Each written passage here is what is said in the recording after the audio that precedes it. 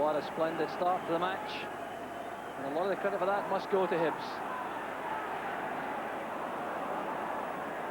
Russell is seeing a great deal of the ball for Rangers. That's a fine pass. McMinn in space now to attack the Hibs defence. Still McMinn. And it's Rough at his best once again.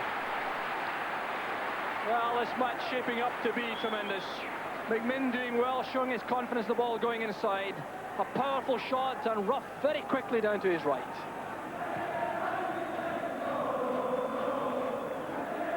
Spinning off the head of Dawson. Butcher attacking the ball. Under pressure immediately though, and a fine tackle by Butcher using those telescopic legs. Billy Butcher, the most expensive player in Scottish football, £725,000 from Ipswich. His last competitive match was against Argentina for England in the World Cup. Souness picking out McMinn, just a shade too high, that pass. Souness not at all happy with the movement up front, making some telling remarks to his front men.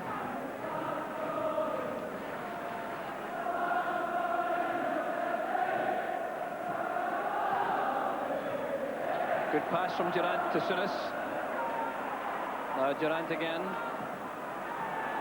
Good effort from long range. Confident enough to test the international goalkeeper Alan Rough, but the shot was wide.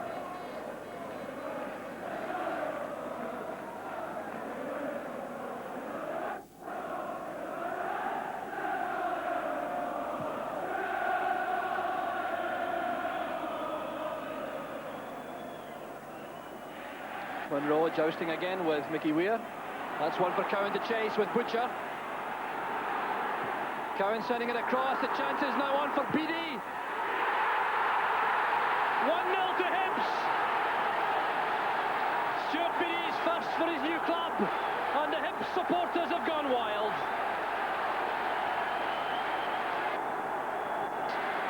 Well, what a shaker for Rangers. 15 minutes on the clock. It was the long ball played forward with Steve Cowan giving chase with Butcher.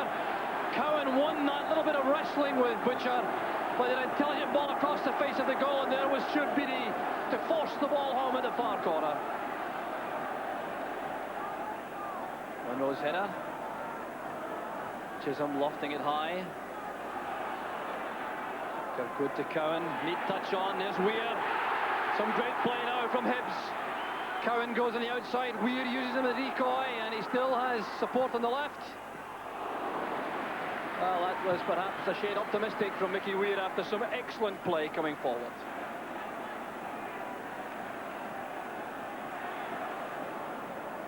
Lots of time now for Monroe, for Rangers.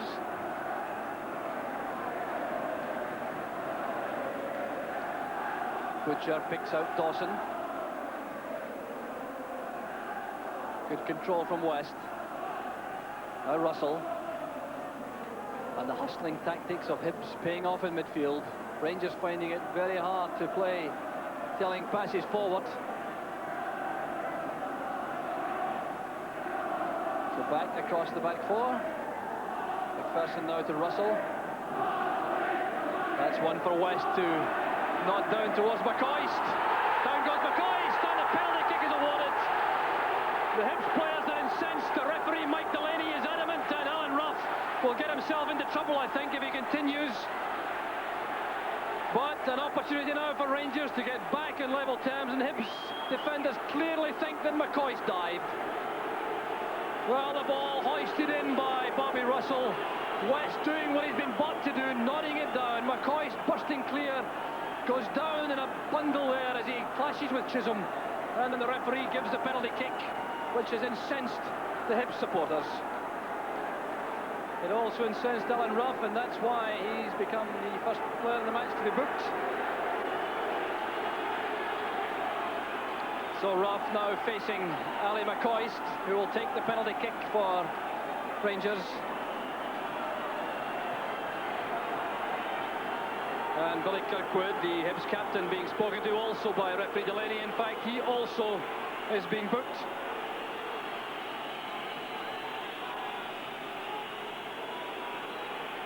Well, there's no question that McCoist went down in dramatic fashion. Very difficult from this angle to see whether he was struck or not by Chisholm, but the penalty kick's been given, and here's Ali McCoist.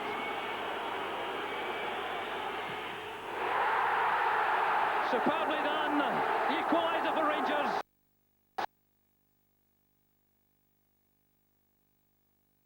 Fans. Well, perhaps not coming in the most satisfactory fashion, but Ali McCoy starting off the new season away, finished the last. Sending out Ruff the wrong way, that powerfully struck penalty kick into the opposite corner, and Ruff had no chance at all. It's won by Snedden. Brought down by Durant. Free kick this time to Hibbs. Weir leaves it to Chisholm.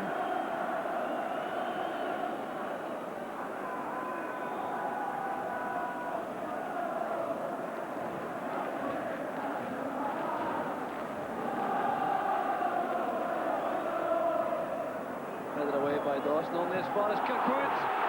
And a dreadful late tackle by Souness. McCluskey's incensed.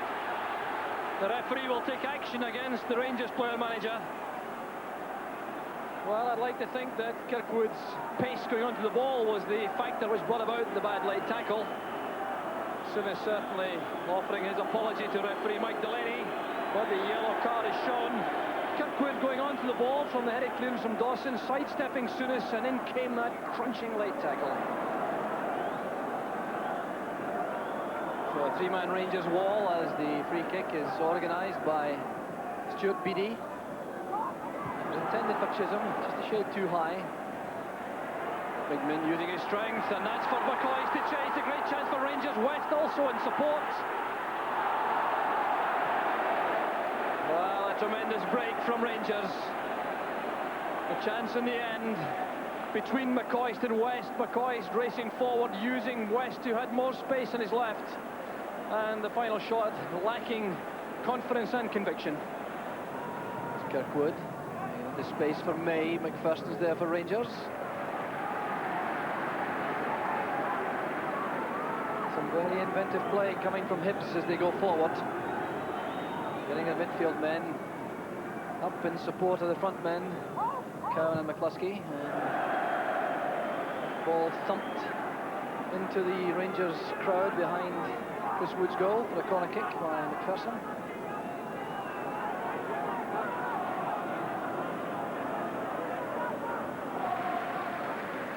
Weir's corner kick. Up goes Souness. Kirkwood. Tremendous effort from Billy Kirkwood. We've seen that so often from him in Dundee United colours. And a good save again from Woods at the expense of a corner kick.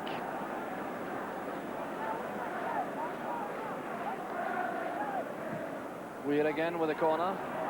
Woods is in trouble. He seemed to be bumped in the air by McCluskey, and that's how the referee saw it. Well, tempers rising again in the penalty box. Woods certainly appeared to be bumped as the ball was in the air as he came off his line, and the referee was ideally situated to spot that.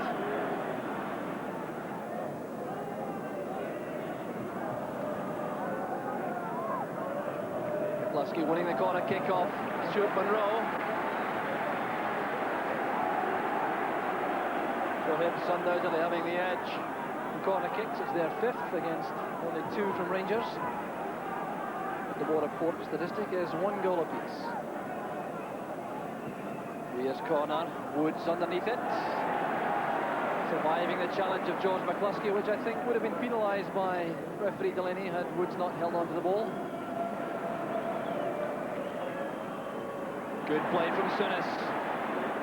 Immediately under pressure though from Beattie.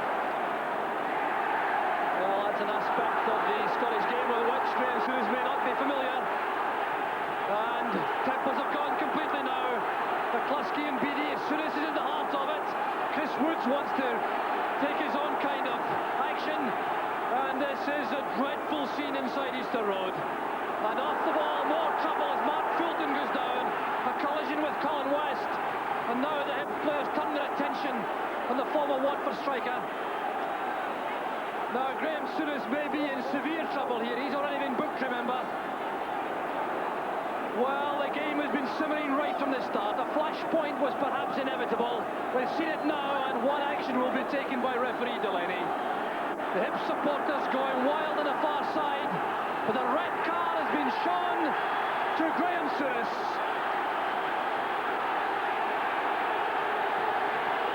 Graham Souness has been ordered off, and Easter Road is going wild.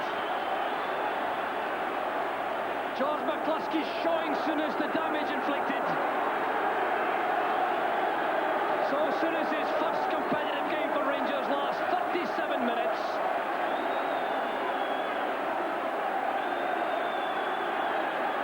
So McCluskey is off injured, Souness is ordered off, and referee Mike Delaney will be praying now that the match can settle down. Walter Smith is on the track for Rangers reorganising the ranks in the absence of Souness. And on comes Willie Irvine, the former Stirling Albion striker. He's gone on to replace McCluskey. And Mike Delaney now conferring with both linesmen, because there was a lot of activity which he did not see. But now he's been advised of Colin West's attack on Mark Fulton. And that will mean, undoubtedly, Rangers reduced to 9 men. No, indeed, a yellow card suffices.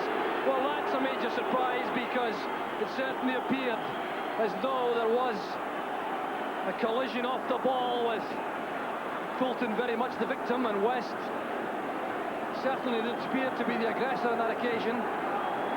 West having a word with the linesman, and that's certainly an act of folly also, because that could certainly make the red card inevitable.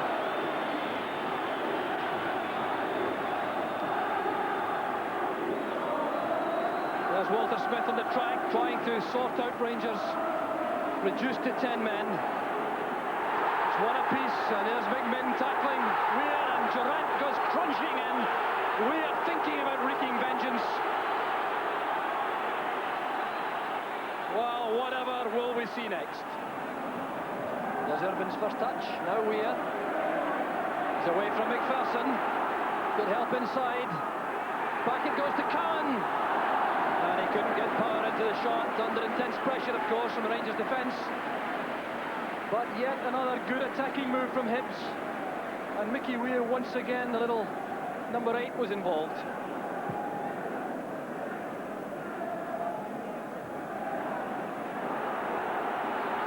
Durant goes in for the high ball, it breaks for Kirkwood. McCoist having to go back to help in defence. This is Irvine. There's a chance, and it's Steve Cowan for Hibs.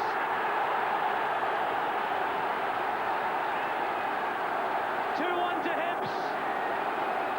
And the celebrations begin among the men wearing the green and white favours.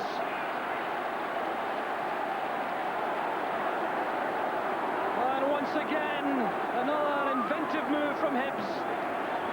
Willie Irvine doing well, breaking on the left, getting into a shooting position, angling the ball across Chris Woods, who couldn't reach it. Steve Cowan could, and Hibs are in front once again.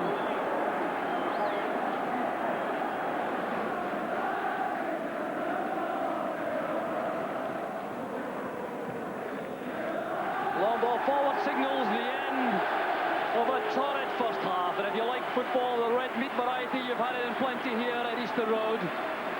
And the flashpoint coming in the 37th minute, when Graham Souness was involved the second time in a nasty incident and was ordered off in the most dramatic fashion, with a number of other players very fortunate to remain on the field in that unseemly melee which developed. But at the end, the most important statistic is the half-time scoreline, which is Hibs 2, Rangers 1. Here's Russell. McCoist breaking in the right. Good play from McCoist. A chance for Rangers. That is missed by West in the end. Well, a great opportunity goes a-begging again for the big Rangers striker. Good build-up with McCoist being released on the right, showing good control as he brought the ball inside, slanting it across. West came in, and Ruff was certainly out of position, but the shot goes wide.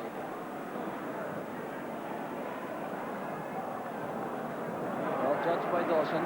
Irvin coming in his blind side.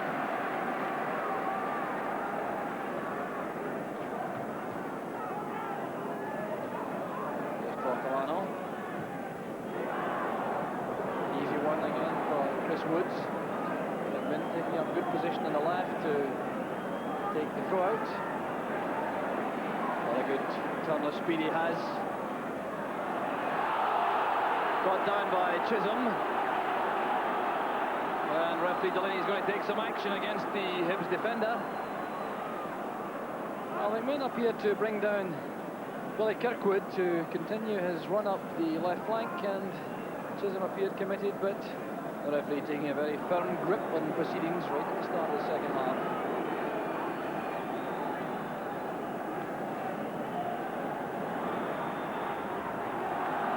And Graham Souness has now appeared in the director's box after his early bath. In fact, hiding there on the staircase, trying not to be too obvious. And a fine pass to McMinn.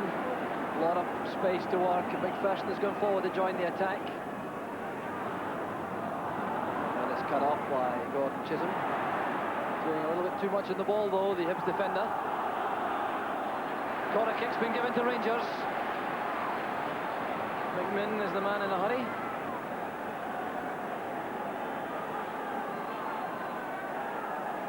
So everyone going into the box for Rangers, all the big men up. One of them's Butcher. And Ruff's going down to his right. It's helped away by Mickey Weir. But Rangers are not out of it yet. Short corner this time to Derek Ferguson. It was missed by everyone, and it's gone behind for a goal kick to Hibs, much to the relief of Alan Ruff.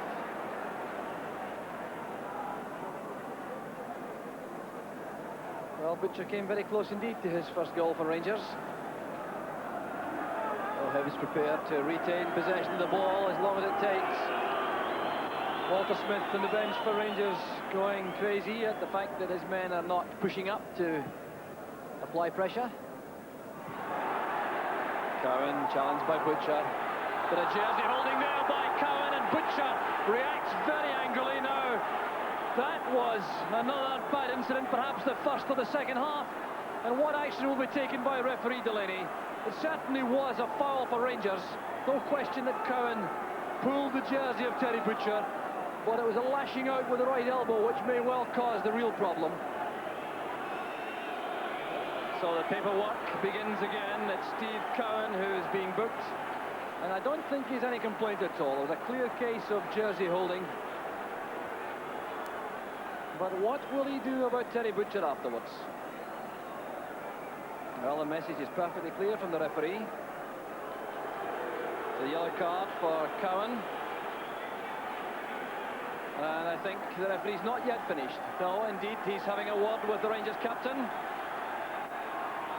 And indeed, he's reacting to the retaliation shown by Butcher. Clearly frustration for the England centre-half.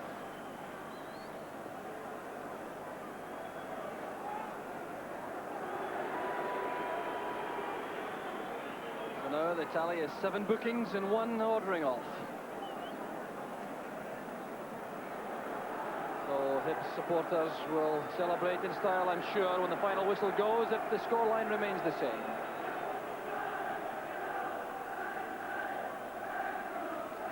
So Chris Woods organising his wall in anticipation of the free kick. So Ray is fit to resume. May to Kirkwood. Kirkwood heading for the corner flag. Well, it's a great pity the game has to end in such a fashion with this blatant time wasting. The argument is that it's professional, but it certainly isn't something the fans come to see.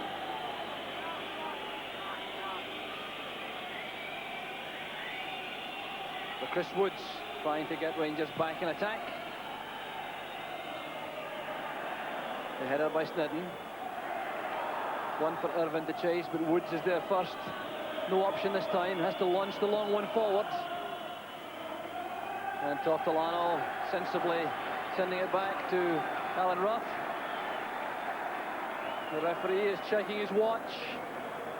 The Hibs supporters getting ready for what will be, I'm sure, a tumultuous roar at the end. The Rangers fans disappearing from behind Alan Ruff's goal, sensing that defeat is now inevitable.